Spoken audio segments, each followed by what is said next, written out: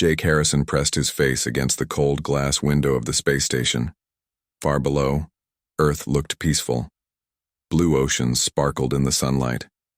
White clouds drifted over green and brown land. It was hard to believe that in just a few hours, everything might change forever. "Commander Harrison, sir." A young officer ran up to him. "The alien ship is coming through the atmosphere now." Jake turned away from the window. He had been waiting for this moment for 3 weeks. Ever since the message came from the Galactic Council. Earth was about to face its biggest test. "How big is it?" Jake asked. "Huge, sir. Our computers say it's twice the size of our biggest warship." Jake nodded. He walked quickly through the metal hallways of the space station. Other officers and scientists moved out of his way. Everyone looked worried. Everyone knew what was coming. The main control room buzzed with activity. Dozens of people sat at computer screens. Red lights blinked on panels. Warning sounds beeped softly in the background. "There it is," someone said. Jake looked at the main screen. The alien ship was black as midnight. It moved slowly through Earth's sky like a giant shadow. Strange lights pulsed along its sides. The ship was beautiful and terrifying at the same time. Dr. Lisa Morgan walked up to Jake. She carried a thick folder full of papers. Lisa was Earth's best expert on alien life. If anyone could understand what they were dealing with, it was her. "What do we know?" Jake asked. Lisa opened her folder. "His name is Vex Theron. He comes from the Zephyrian Empire. They live on the other side of the galaxy." "And he's really that strong?" "The reports are incredible," Lisa said. She showed Jake pictures on her tablet. "Look at this. He fought the champion of Granite Prime. Those aliens are made of living rock. They're 10 times stronger than humans." Vexatheron crushed him with one hand. Jake studied the pictures. They showed a massive alien warrior. 4 arms, sharp claws, a face that looked like a nightmare. "What else?" "He defeated the plasma wielders from the Neon Nebula. They can control pure energy with their minds. He moved so fast they couldn't even see him coming." "And the time dancers?" Lisa shook her head. "The time dancers from Chronos 7 can slow down time itself. They've never lost. A fight in 1,000 years. Vextheron beat their champion in less than 10 seconds.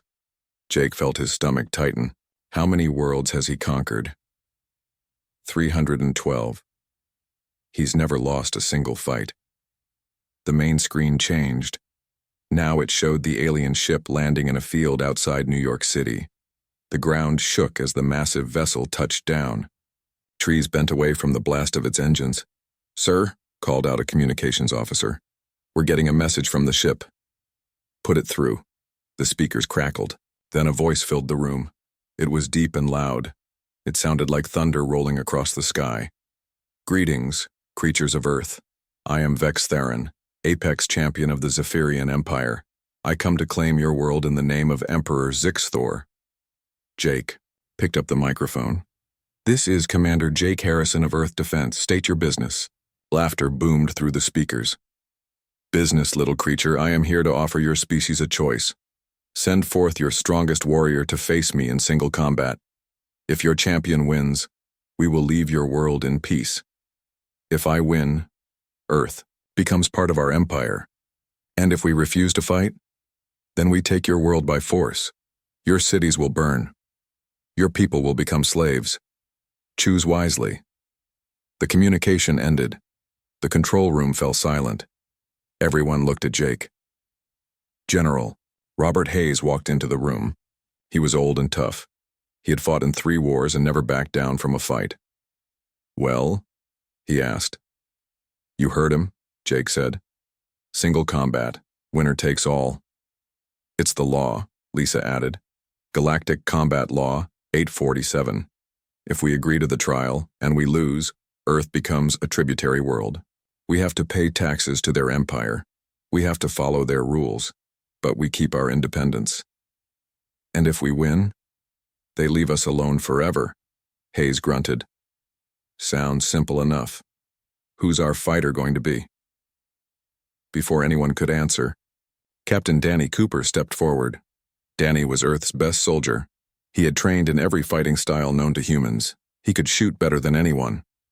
He was faster and stronger than most people thought possible. "I'll do it," Danny said. Jake looked at him. Danny was tall and muscular. His uniform was perfect. His eyes were steady and calm. But next to an alien warrior who had conquered 300 worlds, he looked very small.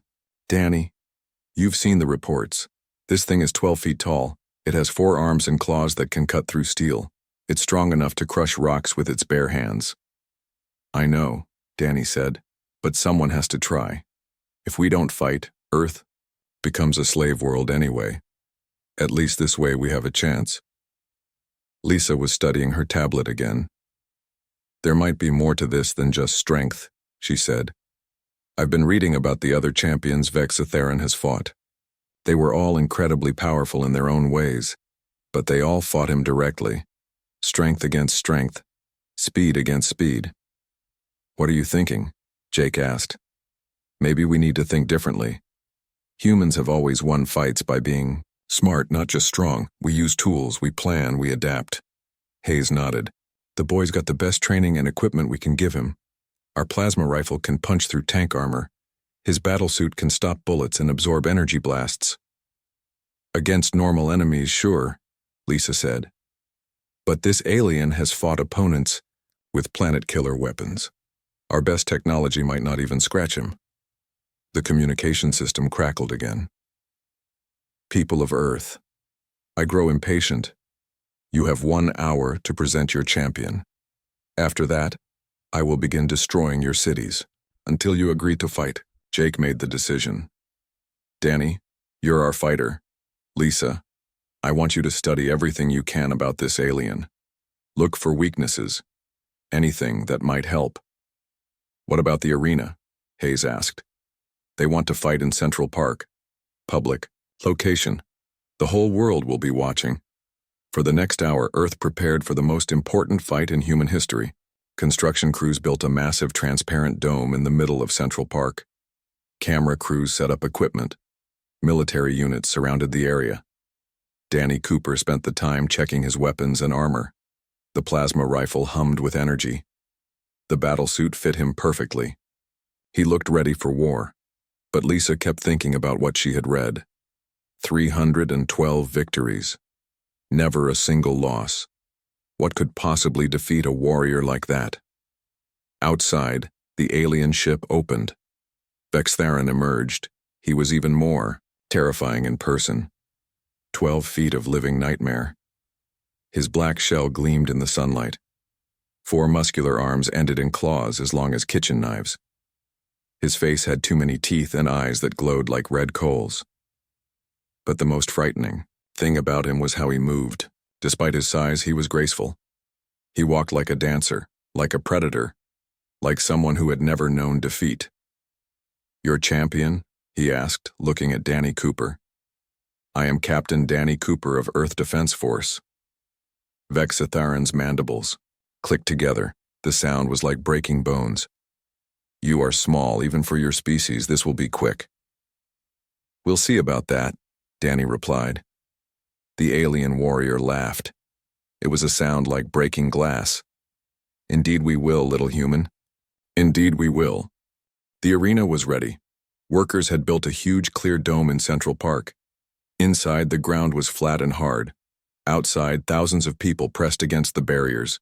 Police kept them back, but everyone wanted to see the fight that would decide Earth's future. News reporter Kate Rivers stood in front of her camera. Behind her, the alien ship cast a dark shadow over the trees. "This is Kate Rivers reporting live from New York City. In just minutes, Earth's champion will face the galaxy's strongest warrior. The entire world is watching."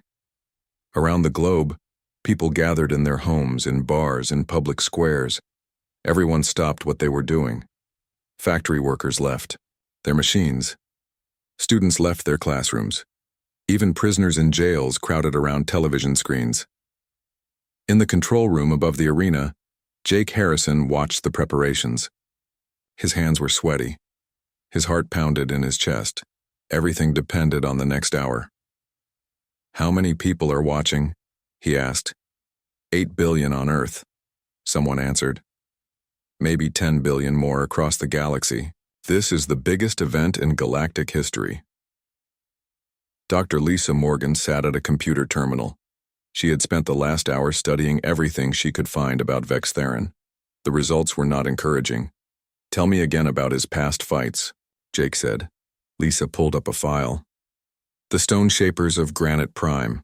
Their champion was 15 feet tall and weighed 20 tons, made of solid rock. Vex Theron grabbed him by the head and crushed his skull like an egg. Next, the plasma wielders from the Neon Nebula. They can control pure energy, create weapons out of light itself.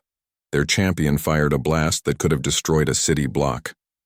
Vex Theron moved so fast the energy beam couldn't track him. He was behind the alien before the blast even finished firing. Jake felt sick. And the Time Dancers? The worst of all. They can slow down time around themselves. To them, the world moves like thick honey. They can dodge bullets, predict attacks before they happen. No one has ever even touched one in combat. But Vex Theron beat him? In 9 seconds, we don't even know how he did it. The recording shows the Time Dancer getting ready to fight. Then suddenly he's on the ground unconscious. On the main screen, they could see Danny Cooper preparing for battle. He wore Earth's most advanced combat suit. The armor was black and silver. Small lights blinked on the chest plate. The helmet covered his entire head. In his hands, he carried the Mark 7 plasma rifle. It was humanity's most powerful weapon. The energy beam could cut through tank armor like paper. The battery pack could fire 200 shots without reloading. "At least he looks ready," Jake said. But even as he spoke, Jake knew it wasn't enough. Danny looked like a toy soldier compared to the alien warrior. Vex Theron entered the arena from the opposite side. The crowd fell silent as he walked across the ground. Each step made the earth shake. His forearms swayed as he moved. The claws at the end of each hand gleamed like knives. The alien's shell was black with streaks of dark blue. Strange patterns glowed softly across his chest and arms. The patterns pulsed like a heartbeat. They grew brighter as he got excited for the fight. "People of Earth," Vex Theron's voice boomed across the arena.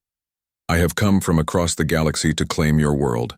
I have defeated the strongest warriors from 1,000 different species. Your champion is brave, but bravery alone cannot save you." Danny stepped forward. Even with his armor, he looked tiny next to the alien. "I am Captain Danny Cooper, representing the people of Earth. By galactic law, I challenge you to single combat." Vex Theron's mandibles clicked together. The sound echoed through the dome. "Challenge accepted, little human. Try to make this interesting." A voice came over the speakers. "Combat will begin in 60 seconds. Fighters, take your positions." Danny raised his plasma rifle. He had trained with this weapon for years. He could hit a target the size of a coin from 100 yards away. The energy beam moved at the speed of light. Nothing could dodge it. Vex Theron just stood there. He didn't carry any weapons. He didn't wear any armor. His forearms hung loosely at his sides. He looked completely relaxed. 30 seconds. Jake gripped the railing in front of him. "Come on, Danny," he whispered. "You can do this." Lisa was still studying her computer. "There has to be something," she muttered. "Nobody is invincible. Everyone has a weakness." 10 seconds. The crowd held its breath. 8 billion people on Earth, 10 billion across the galaxy, all watching one small human face in alien nightmare. "Begin!" Danny fired immediately. The plasma beam shot across the arena in a flash of blue light. It was perfectly aimed at Vex Theron's chest. At that range, it was impossible to miss. But somehow, the alien wasn't there anymore. Vex Theron had moved faster than the human eye could follow. One moment he was standing still. The next moment he was 10 feet to the left. The plasma beam hit the wall behind him and melted a hole in the metal. "Too slow," Vex Theron laughed.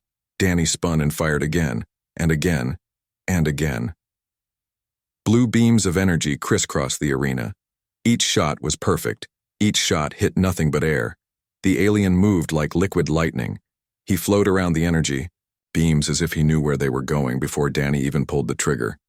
His forearms moved in a complex dance. His feet barely seemed to touch the ground. "This is impossible," Jake breathed. On the screen, they could see Danny's rifle display. The battery was already half empty. In less than a minute, he had fired nearly 100 shots. Not one had even come close to hitting the target. Vexatheron suddenly stopped moving. He stood in the center of the arena and spread his forearms wide. "Is this the best your species can offer? I am disappointed." Danny steadied his aim and fired 3 quick shots. This time, Vexatheron didn't move. The energy beams hit him directly in the chest. For a moment, hope flared in Jake's heart. Maybe the shots had hurt him. Maybe human weapons were stronger than anyone thought. Then Vexatheron brushed his chest with one hand. The alien's shell was completely undamaged, not even a scratch. The plasma beams that could melt through steel had done nothing at all. "My turn," the alien said. He moved again. This time, he didn't dodge away from Danny. He came straight at him. Danny fired as fast as he could pull the trigger. Blue beams filled the air between them. But Vexatheron flowed through the energy blast like water flowing around rocks. Nothing touched him. In 3 seconds, he crossed the entire arena. His lower right arm swept out in a casual motion. The back of his hand hit Danny in the chest. Danny flew backward through the air. He hit the wall of the dome with a sound like breaking glass. His armor cracked.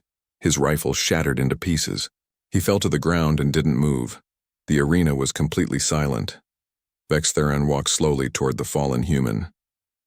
"Disappointing," he said. "I had hoped for better from the species that calls itself intelligent." But then Danny moved. Somehow, impossibly, he pushed himself up on his hands and knees. Blood ran down his face from inside his cracked helmet. His armor was broken in a dozen places. "Not finished yet," he gasped. The alien stopped walking. For the first time, something like respect flickered in his glowing eyes. "You are tougher than you look, little human. But this changes nothing." Danny struggled to his feet. He pulled a small pistol from his belt. It was tiny compared to the plasma rifle, but it was all he had left. "Stand down, human," Vexatheron said. "You have fought with honor. Do not throw your life away." "Earth doesn't surrender," Danny replied. He raised the pistol and fired. The bullet bounced off Vexatheron's shell like a pebble hitting a wall. The alien warrior sighed. "So be it." He raised all 4 arms above his head. The claws gleamed in the arena lights. In another second, the fight would be over. Earth would belong to the Zephyrian Empire. That was when Dr. Lisa Morgan noticed something on her computer screen. Something so small she almost missed it. A movement near where Danny had fallen. Something that shouldn't have been there. "Wait," she whispered. Then louder, "Wait!" But her voice was lost in the noise of the crowd and Vexatheron's victory speech. The alien was already bringing his claws down for the killing blow, and in the crack in the concrete where Danny had first fallen, something tiny stirred. Something that had been disturbed by all the noise and shaking. Something that was about to change the course of galactic history. Nobody saw it coming. Not Danny. Not Vexatheron. Not the billions of people watching around the galaxy. The smallest warrior Earth had ever produced was about to enter the fight. Dr. Lisa Morgan stared at her computer screen. While everyone else watched the battle, she had been studying the arena through the security cameras. Something had caught her eye. Something very small moving near where Danny Cooper had fallen. She zoomed in with the camera. At first, she saw nothing but cracked concrete and scattered pieces of Danny's broken armor. Then she saw it again. A tiny movement in a crack in the ground. "What is that?" she whispered to herself. Lisa switched to a different camera. This one had a much stronger zoom. She focused on the crack in the concrete and increased the magnification. What she saw made her gasp. It was a spider. A very small spider. No bigger than her fingernail. In the arena below, Vexatheron was giving his victory speech. His forearms were raised high above his head. The glowing patterns on his shell pulsed brighter than ever. He was celebrating his easy win over Earth's champion, people of Earth. The alien warrior boomed. Your champion fought bravely, but he was no match for the galaxy's strongest warrior. Your world now belongs to the Zephyrian Empire. You will serve us well." But Lisa wasn't listening to the speech. She was completely focused on the tiny spider. It had crawled out of its crack and was moving across the arena floor. The spider was so small that none of the other cameras could even see it. Lisa quickly opened another program on her computer. She typed in search terms about spiders. She needed to know what kind it was. Within seconds, she had an answer. "Phidippus audax," she read aloud. "Bold jumping spider, native to North America, harmless to humans." The spider continued to move across the arena floor. It seemed completely unaware of the massive alien warrior standing nearby. To the tiny creature, Vexitharan was just another part of the landscape. Lisa watched in fascination as the spider began to hunt. That was what jumping spiders did. They were always hunting, always looking for prey. They had some of the best eyesight in the insect world. They could spot movement from amazing distances. The spider stopped moving. It had seen something. Lisa followed its gaze and realized what had caught the spider's attention. Vexitharan's foot was planted firmly on the ground just a few feet away. The alien warrior was completely still as he continued his speech, but the glowing patterns on his shell were pulsing with light. The patterns moved and flickered like a beacon. "Oh no," Lisa whispered. "It thinks the lights are prey." Jumping spiders were attracted to movement and bright colors. To the tiny spider, Vexitharan's pulsing bioluminescent patterns looked exactly like the kind of insects it normally hunted. Lisa tried to call out a warning, but her voice was lost in the noise of the crowd. Thousands of people were cheering and shouting. Some were happy that the fight was over. Others were angry that Earth had lost. Nobody could hear one scientist trying to shout over the chaos. In the arena, Danny Cooper was being helped to his feet by medical teams. His armor was cracked and broken. Blood covered his face. But he was alive. Vexitharan had shown mercy at the last moment. "Take him to the medical bay," Jake Harrison ordered over the radio. "Get him the best care we have." But Lisa wasn't paying attention to Danny anymore. All of her focus was on the tiny spider that was now stalking the galaxy's most dangerous warrior. The spider crouched low to the ground. Its 8 legs bent like springs. Its multiple eyes focused on the pulsing lights on Vexitharan's ankle. The alien's foot was less than 2 feet away from the spider's position. Lisa had studied spiders for years as part of her biology training. She knew exactly what the spider was doing. It was calculating distance and trajectory. Jumping spiders were incredible athletes. They could leap more than 40 times their own body length with perfect accuracy. "Don't do it," Lisa whispered.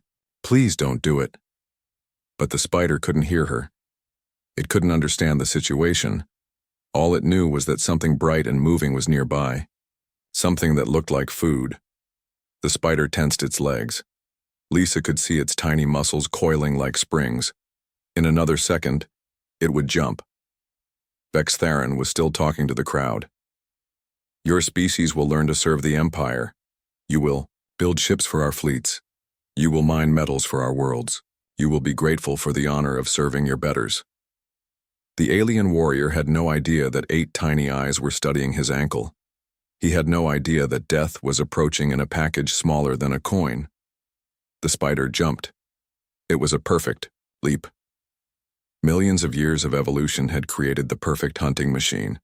The spider flew through the air in a graceful arc. It landed exactly where it had aimed, right on Vexitharan's exposed ankle, just above where his hard shell met softer tissue. For a moment, nothing happened. Vexitharan continued his speech. The spider clung to his leg, probably confused by the strange texture of alien skin. Then the EDI spider did what millions of years of evolution had programmed it to do. It bit. The bite was tiny. The spider's fangs were smaller than needles. To any human, the bite would have been completely harmless. Most people wouldn't even feel it. But Vexitharan wasn't human. The alien warrior's speech stopped in the middle of a word. His glowing patterns flickered. The steady pulse changed to rapid, chaotic flashing. "What?" Vexitharan said. His voice sounded strange. Confused. Lisa watched in amazement as the mighty alien warrior began to sway. His forearms, which had been raised in triumph, began to shake. His legs wobbled like he was having trouble standing. The venom, Lisa breathed. It's actually working. She quickly pulled up more information on her computer. Jumping spider venom was designed to paralyze prey. The venom contained neurotoxins that attacked the nervous system. In insects and small animals, the venom caused instant paralysis. But Vextharan wasn't an insect. He was a massive alien warrior. The tiny amount of venom from one small spider shouldn't have any effect on him at all. Unless... Lisa's fingers flew across her keyboard. She pulled up the biological data they had collected on Vextharan when he first arrived. The medical scanners had analyzed his body structure, his muscle tissue, his bone density, and his nervous system. That's it, Lisa said. His neural pathways, they're similar to terrestrial arthropods. Despite his size and strength, Vextharan's nervous system worked very much like an earth insect. The bioelectrical signals that controlled his muscles operated on the same principles as a spider or a beetle. The jumping spider's venom was specifically designed to disrupt those exact neural pathways. In the arena, Vextharan was in serious trouble. His speech had become slurred and confused. His coordination was failing rapidly. The alien warrior who had conquered 300 worlds was being brought down by a creature he couldn't even see. "What is happening to me?" Vextharan demanded, but his voice was weak now, scared. His legs gave out. The 12-foot alien warrior crashed to the ground like a falling tree. His forearms twitched and spasmed as the venom spread through his system. The arena fell completely silent. Thousands of people stared in shock. The cameras zoomed in on the fallen champion. News reporters struggled to find words to describe what they were seeing. On her computer screen, Lisa watched the tiny spider scurry away from the chaos. Its job was done. It had defended its territory against what it saw as a threat. Now it was looking for a quiet place to hide from all the noise and commotion. Jake Harrison's voice crackled over the radio. "Lisa, what just happened? How did he fall?" Lisa looked at her screen one more time. The spider had already disappeared into another crack in the concrete. Within minutes, it would be completely forgotten by everyone except her. "Commander," she said into her microphone, "Earth just won the trial by combat, and you're never going to believe how we did it." The galaxy's strongest warrior lay paralyzed on the arena floor, defeated by Earth's tiniest defender, and the universe would never be the same. The arena was dead silent. Thousands of people stared at the fallen alien warrior. Nobody moved. Nobody spoke. Nobody could believe what they had just seen. Vextharan lay on his back on the arena floor. His 4 massive arms twitched weakly. His legs kicked like he was trying to run, but nothing worked properly. The glowing patterns on his shell flickered randomly. His eyes rolled back and forth, unable to focus. "Medical teams to the arena floor," Jake Harrison ordered. His voice was shaky. "Now!" Teams of doctors and scientists rushed into the dome. They surrounded the fallen champion, checking his vital signs. Strange alien blood seeped from the tiny bite mark on his ankle. The wound was so small they almost missed it. Dr. Lisa Morgan ran down from the control room. She pushed through the crowd of medical personnel until she reached Vextharan's side. The alien warrior was trying to speak, but only strange clicking sounds came out. "What did this to him?" asked Dr. Pete Williams, the head medical officer. Lisa pointed to the tiny puncture marks on Vextharan's ankle. "Spider bite. Jumping spider. Phidippus audax." Dr. Williams stared at her. "You're joking." "I watched it happen. The spider bit him right there. The venom is shutting down his nervous system." "That's impossible. A spider that small couldn't hurt something this big." Lisa pulled out her tablet and showed him the biological scans. "Look at his neural pathways. They're almost identical to Earth arthropods. The spider venom targets exactly those nerve structures." Around them, other doctors were taking readings with medical scanners. The results were shocking. Vextharan's entire nervous system was in chaos. Electrical signals fired randomly throughout his body. His muscles couldn't receive proper commands from his brain. He's completely paralyzed, Dr. Williams said. But he's alive. His heart is still beating. He's still breathing. Vex Theron's eyes focused on Lisa for a moment. When he spoke, his words were slurred and broken. What happened to me? I felt something on my leg. Then, you were bitten by a spider, Lisa explained. A very small spider. The alien warrior's eyes went wide. Spider? Impossible. I have fought the greatest warriors in the galaxy. I have survived weapons that can destroy cities. I cannot be defeated by something you never saw coming, Lisa finished. News. Crews had set up cameras around the arena. Kate Rivers stood nearby, talking rapidly into her microphone. This is unprecedented. The galaxy's strongest warrior has been defeated by what appears to be a tiny Earth creature. We're still waiting for confirmation of exactly what happened. In the control room above, Jake Harrison was trying to make sense of the situation. His communications officer was fielding calls from around the galaxy. Every major news network wanted to know what had happened. The Galactic Council was demanding explanations. Sir, the officer said, I have the Zephyrian Empire on the line. They want to know the status of their champion. Jake took the microphone. This is Commander Harrison. Your champion is alive but incapacitated. He was defeated in single combat, according to galactic law. The response was immediate and angry. Defeated by what weapon? What trickery is this? No trickery, no weapons. He was defeated by a native Earth creature, a spider. Long silence from the other end. Then, repeat that transmission. We did not understand. Your champion was defeated by a spider, a very small spider, native to Earth. More. Silence. Jake could imagine the confusion on the alien ship.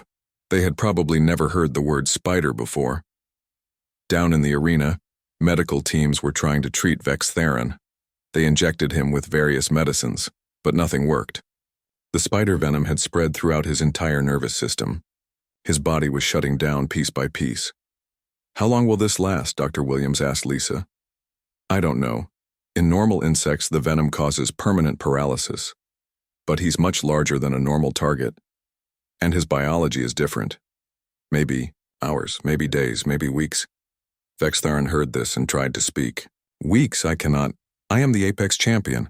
I have duties, responsibilities. Right now, you can't even stand up, Lisa said gently. The venom has disrupted your motor functions. You're lucky to be alive.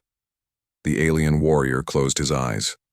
For the first time in his life, he had been truly defeated, and by something so small he never even saw it coming. General Robert Hayes arrived at the arena with a team of military officials.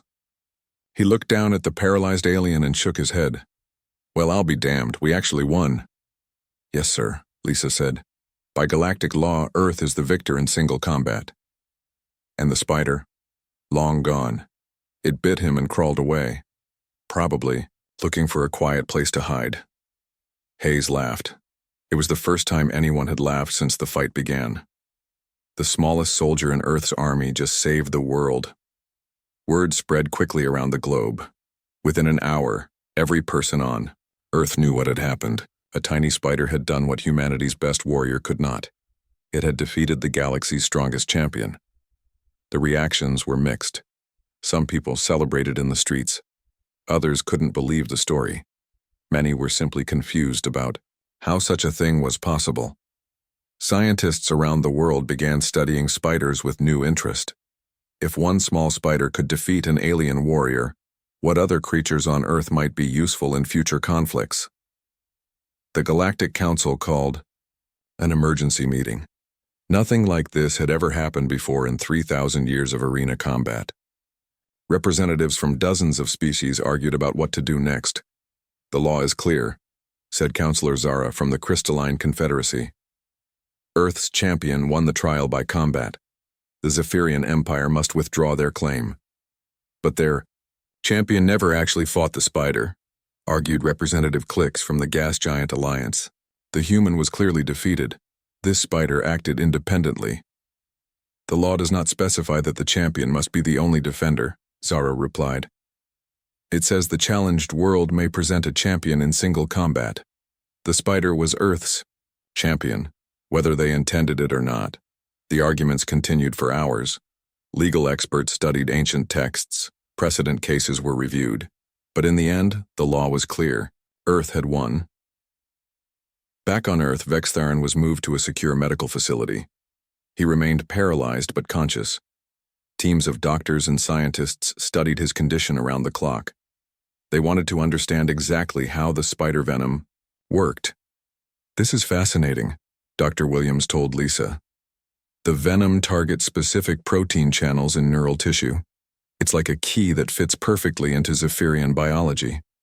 "Pure coincidence," Lisa replied.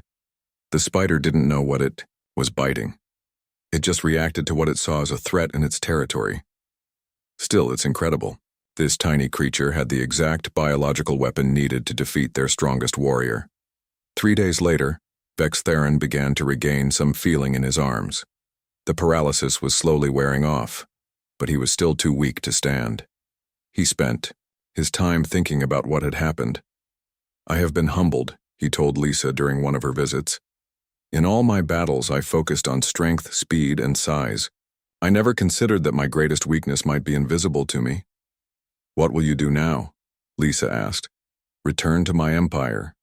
Tell them what I learned here.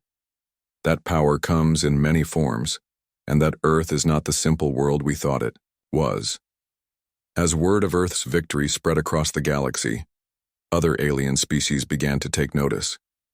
This small blue planet had produced a warrior capable of defeating the infamous Vextheron. What other surprises might Earth hold? The tiny spider, meanwhile, had already forgotten about the strange encounter. It was busy building a web in a quiet corner of Central Park, completely unaware that it had just changed the course of galactic history. Dawn broke over the forest clearing where the strangest hunt in galactic history continued. Zarthok had not slept for 2 full days. His massive body ached in ways he had never experienced before. The 12-foot-tall warrior sat on the ground, breathing heavily as he watched the tiny spider move across her web. The spider had no idea she was famous. She did not know that billions of beings across the galaxy were watching her every move. She simply went about her morning routine like any other day. She checked her web for damage from the night wind. She cleaned her 8 legs with careful precision. She waited patiently for breakfast to arrive. Jake Harrison walked slowly toward the exhausted alien champion. The human carried a cup of coffee and moved quietly so he would not disturb the spider. He had been watching Zarthok for hours, seeing the gradual change in the warrior's expression. "How do you feel?" Jake asked softly. Zarthok looked up with his 4 red eyes. "I feel something I have never felt before." "Is this what you humans call confusion?" Jake sat down beside the giant alien. "Maybe." "What are you confused about?" "Everything," Zarthok said. His voice was much quieter than before. "I have fought creatures with claws that could cut through steel. I have defeated beings who could breathe fire and survive in the vacuum of space. But this tiny creature defeats me without even trying." The spider moved to a different part of her web. A small fly had gotten caught in the sticky strands. She approached it carefully, wrapped it in silk, and began to eat. The whole process took less than 5 minutes. "She is not trying to defeat you," Jake explained. "She is just trying to live. That is what makes her so hard to catch." Dr. Lisa Chen joined them in the clearing. She had been monitoring the spider's behavior from a distance. "Look at her movements," she said to Zarthok. "Every step is calculated. Every decision serves a purpose. She wastes no energy on unnecessary actions." Zarthok watched the spider finish her meal and begin to repair a small tear in her web. "On my world, we believe strength comes from size and power. The strongest warrior rules all others, but she is smaller than my smallest finger, yet I cannot defeat her." "Different worlds teach different lessons," Jake said. "Your world taught you to be strong through combat. Our world taught her to be strong through survival." The alien warrior stood up slowly. His forearms hung at his sides in a gesture of defeat. "I have spent 3 days trying to catch one tiny spider. My armies have conquered 47 worlds. Yet this creature makes me feel helpless. More humans had gathered to watch the final moments of the strange contest. Captain Ryan Murphy stood with a group of Earth's military officers. They had come expecting to see their planet conquered, but instead they were witnessing something much more interesting. She represents everything that makes Earth special, Dr. Amy Foster said to the crowd. Billions of years of evolution have created creatures that can survive almost anything. They adapt, they persist, they find ways to live in every environment on our planet. Zarthok heard her words and nodded slowly. I begin to understand. This spider is not just one creature. She is the result of countless generations learning to survive. The spider finished repairing her web and settled into its center. She would wait there for the next opportunity to hunt. She had no concept of time beyond the rhythm of day and night, hunger and satisfaction. What happens now? Zarthok asked Jake. I cannot catch her. Does this mean I have lost? Jake looked at the proud warrior who had never known defeat. That depends on what you think losing means. You came here to prove you were the strongest. Have you learned anything about strength? Zarthok was quiet for a long moment. He watched the spider adjust her position slightly to better feel vibrations in the web. I have learned that strength comes in many forms. This creature is strong, in ways I never imagined. And what will you do with that knowledge? Jake asked. The alien champion looked around the forest clearing. He saw the complex web of life that existed all around them. Plants grew in perfect harmony with the light and soil. Insects flew from flower to flower in patterns that seemed random but served important purposes. Everything was connected in ways he was just beginning to understand. I will return to my people, Zarthok said finally. I will tell them what I have learned here. Perhaps it is time for the Kethmari to understand that conquest is not the only path to greatness. Dr. Chen stepped forward with the terrarium. Would you like to take her back to your ship? She can live comfortably in this environment. Zarthok shook his head. No, she belongs here, in this place that made her what she is. I will remember her as she is now, free and perfect in her own world. The spider moved again, responding to a slight vibration in her web. A small leaf had fallen and gotten caught in the sticky strands. She approached it carefully, determined it was not food, and began to remove it.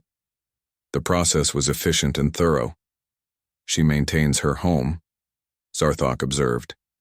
She keeps it clean and functional. This is wisdom. Jake smiled. Every creature on Earth has developed its own form of wisdom. That spider knows things about survival that we are still trying to understand.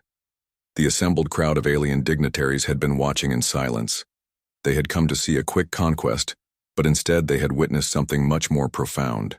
The galaxy's strongest warrior had been humbled by a creature so small that most beings would never notice it. Zarthok turned to address the crowd. His voice carried clearly through the translation devices. I came to Earth to claim another world, for my empire. Instead, I have discovered that true strength cannot be measured by size or power alone. This tiny Earth creature has taught me that the universe is far more complex and beautiful than I ever imagined. He paused and looked back at the spider, one last time. I concede defeat, not because I am weak, but because I have learned that there are different kinds of strength. Earth's champions are not its warriors. They are its survivors. The spider caught another small insect and began to wrap it in silk. For her, it was just another successful hunt in a life measured by such small victories. She had no idea that her simple actions had changed the course of galactic history. As the alien ships prepared to leave Earth, Zarthok made one final statement to the humans. I will establish programs to study and protect the small creatures of many worlds. Perhaps other species can learn what I have learned here. Jake shook hands with the alien warrior. You are welcome to return anytime. Earth will always have more teachers like her. Years later, when beings across the galaxy told the story of the day the strongest warrior was defeated by the tiniest spider, they would remember it as the moment when the universe learned that true strength often comes in the smallest packages. The spider lived out her natural life in the forest, weaving her webs and catching her prey, carrying on the quiet work of survival that had made her species successful for millions of years. Her descendants would continue that work long after. The last alien ship had departed, proving every day that sometimes the greatest victories belong to those who never intended to fight at all.